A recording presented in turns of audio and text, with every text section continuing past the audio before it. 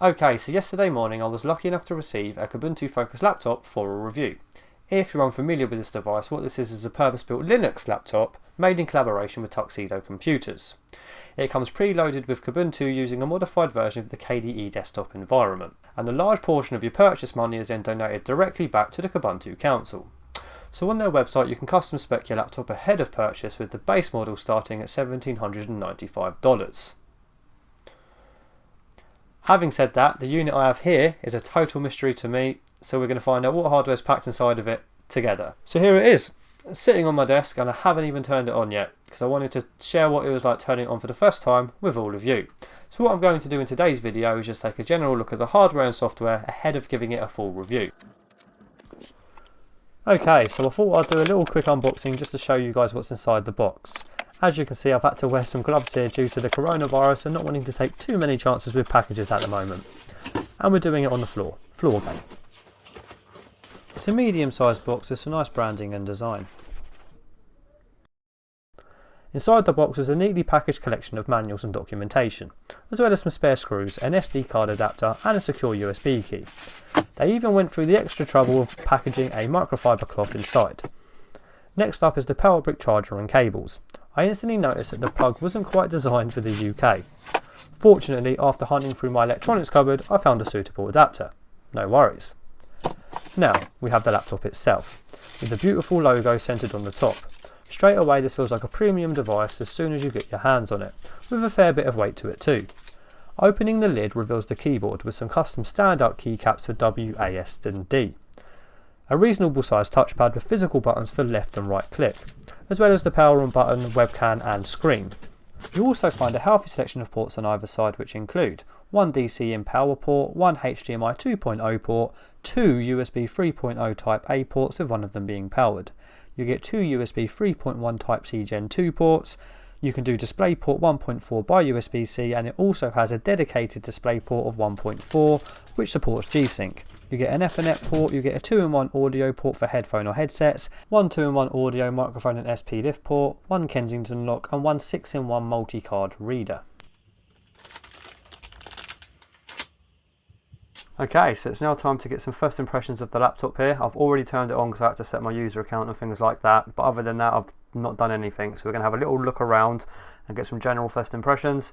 The reason why I've got the camera pointing directly at the laptop is because I want to see if we can open it with just one hand and just see if the balance has been done well, so it's counterbalance on the bottom to allow us just to flip it open like that. And it is indeed. Look at them RGB keys as well. So I've not used it at all really yet, so what we're going to do is over the week I'm going to use it for a whole week now and get a real world review. So I'm going to do everything that I would usually do on this laptop, including sort of my editing, videos, images, games, everything. So I've copied my entire Steam library over to an external hard drive, and what I'm going to do after this video is plug it in and sort of copy all my games over. But what we're going to do in this section of the video now is just do a general first impressions of sort of how they've set the software up, and then after the week we'll sort of do an in-depth review of the hardware, the software, everything in between. So at the moment we are on Kubuntu 18.04. They do offer on the website though a 20.04 version. I think I arranged to get this unit before 20.04 came out, so that's why we've got Kubuntu 18.04. So we've got the Intel Core i7-9750H CPU, we have 32 gigs of RAM there, and we also have the RTX 2060 GPU. So yeah, let's get going. There's also a webcam there with a little cover up, sort of so you can cover the webcam when you're not using it, so you know if anyone's spying on you they won't be able to see you. But we'll look at the quality of that in the sort of full review. So now that we've got the sort of hardware out of the way, so here we have an InSync program here which will let you sort of add your cloud sync for Google Drive and OneDrive. I'll probably do that for OneDrive because I have the whole OneDrive because I use it for work and I've got a lot of stuff on there, so I probably will enable that during the week. Okay, so here we are at the desktop. We have 4 little links here for install restricted access, welcome video, supported apps and then the validated workflows. And then to the right you have your panel which has got your application launcher at the top. Got your clock there, you have redshift here for sort of color temperature of your screen, you have your virtual desktop switcher, and we are currently on number 3 for some reason. I must have jumped around when I was doing the sort of setting up of this video. And now we have some quick launchers here, but I like the way they've done it. So if we go onto Dolphin, it will disappear on sort of the quick launcher, and then it will appear here. So this sort of workflow with the panel to the right and using sort of quick launchers and just not pinned apps and stuff is going to take a bit of getting used to, but I'm not going to change any of this. I'm going to use it for sort of how they've intended for the entire week. Probably will change the wallpaper, and that's about it. I'm going to go default squad with this one and see how we go. Right, so, and as you can see, a little sort of blue shade appears here. So these are screen edges for sort of cycling through your virtual desktop. So if we go up, as you can see, we're now on screen 2, and if we go up, we're now on screen 1. And as you can see, the cursor is quite large, but when you do traverse your screen, your virtual desktops, it sort of starts where where you'd think. So if you're starting up from the bottom, your cursor would then appear from the bottom, and then you can keep cycling up. What I have done while I was setting this up is if I go into system settings, tap to click is not installed out of the box. Well, it is installed, it's just not set up out of the box. So as you can see here, because it does have quite nice 2 physical buttons here, and the feedback you get from them is actually pretty good. So in touchpad, all I've done is I've enabled the mouse click emulation, and virtual scrolling is all installed out of the box, and you can test it all here. So let's have a look at this widget. So I've had a look at this widget as well, which is, I think this is quite a cool idea. So if we cycle through, it gives you sort of a list of the desktop shortcuts just to get used to sort of the workflow that they've set up for you here. You have your system shortcuts here. You then have console shortcuts. You have CLI files, so it just tells you sort of how to do file stuff in the terminal. You have a CLI environment, again, just telling you sort of quick commands that you can use in the terminal, and then it tells you how to search things with grep and things like that. So if we keep going, you've got CLI permissions here, which just tells you some sort of general permissions there you might want to use. You then have CLI network, which sort of shows you sort of, as I said, you got wget, you got curl and things like that. You got ping, you got whois. Let's keep going. I think it's quite nice to include this here though. I think this is quite a cool idea. You then have Vim Cursor Movement, and my favourite one, no, we've got another Vim Cursor Movement and in Vim Insert Mode. And then my favourite one for all you guys that get trapped in Vim that can never escape, you have no excuse now. Look, it has it right there for you, so it tells you the sort of ways that you can exit Vim, including if you want to write and quit or just quit, blah blah blah. So if we go back, we're then back at the Cli Focus sort of logo widget. So that's basically the desktop set up for us here. I have noticed when you open something up, let's see if it does it with console, it opens it in sort of like almost ready for a split view. So if I was to then open up another terminal, so it disappears there, so we're going to have to right click, open new window again, so it'll open it up almost ready for you to have it side by side. Not sure if I'm a massive fan of that, but we shall see. And as you can see as well, it's got some funny effects installed out of the box. So we have Windows Wiggle. I'm not too bothered about that. So let's go through the applications now. So in development, we have Kdiff 3, we have Mead, we have Nightscape Eclipse Edition, you have NVIDIA Insight System and NVIDIA Visual Profiler. And then in education, I think it's quite bare in here. You have LibreOffice Math, and I think it's Math again in Science. Yep. So let's go back to all applications. So in games, you have Minecraft Launcher installed out of the box. Now I don't play Minecraft, but I do use Steam like all the time. As I said in the setting up of this video, what we're going to do is get our whole Steam library on this laptop, and we're going to get some benchmarks throughout the week, and we're just going to see how it handles everything. I've got high hopes though. So that's games. So in graphics now, which is probably one of the sort of ones I'm going to use quite a bit, you have Darktable, Dia, GIMP, Gwenview, Inkscape, LibreOffice Draw, Ocular, Document Viewer, and in Scanlight.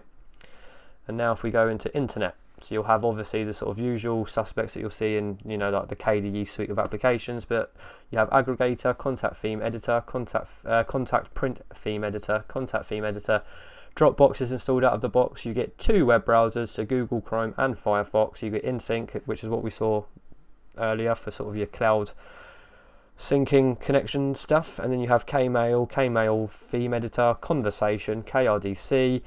So yeah, a lot of the KDE stuff is installed out of the box like you'd expect. You have Steam like we saw earlier. You also have Zoom out of the box, which is quite interesting to see there. So let's keep going. That was in Internet. So Multimedia is probably one that I'm going to use the most for sort of editing and things like that. So a good suite of applications here will see me well. So you have Audacity, Cantata Music Player, and Clementine. So you get 2 music players out of the box. You have GuckView, you have Handbrake for sort of converting videos, etc. You have K3B Disk Burning, Kdenlive. Right, so let's have a look at what version of Kdenlive we've got. As I said, this is the 18.04 version, so I'm not expecting it to be the latest. What I will probably do is install an app image of the latest 20.04 Kdenlive. Yeah, so quite an old version here, 17.12.3. So I'll probably, as I said, install a more recent version than that. Let's keep going. So let me just see what version of GIMP we have as well before I keep going in multimedia. As long as it's 2.10, I don't care what the sort of numbers are after 2.10. Yes, 2.10, that's fine. Let's see what version it is exactly. And there's about 2.10.14. Okay, that's fine. That's not too bad at all. So we can live with that. That's brilliant. So that's what we're going to be using for the week to edit any images we do. So let's get back into multimedia now. So we have pulse audio, volume control, simple screen recorder, and then VLC. So obviously that's probably going to be your default media player for most sort of video files and whatever else. I think that's the only video player on here, so I'm going to assume that's going to be the default. Yes, and you also have simple screen recorder. Right, so that was multimedia. In Office, you have, again, you have the HP Fax stuff, you have Kmail, the email client, you have Contact, Korganizer, you have the full LibreOffice suite there, Ocular, PDF Shuttler, PIM Setting Explorer, and then the Sieve Editor. Let's go back. So that was in Office. So in Settings now, you won't get too much in here. You have iBuff Preferences, Input Method, NVIDIA X Server Settings, System Settings, and in Text.k. And now in System, we have Back in Time. So let's open up Back in Time. So that's pretty cool to see out of the box. I've not really used Back in Time too much, so we'll make some snapshots on there and see how that all goes. Let's keep going. So we have Dolphin is your default file browser, obviously, for KDE. You have the Discover Store here, which is where you're going to install any other applications you might want to install. I don't know what screen that's opened that up. We've already got it open apparently. There we go. So here's KDE Discover. Let's see if we have Snap and Flatpak installed out of the box as well. We have no keyboard shortcut for console, so I'll have to do that during my week with it. Snap list. Oh, we've got listy.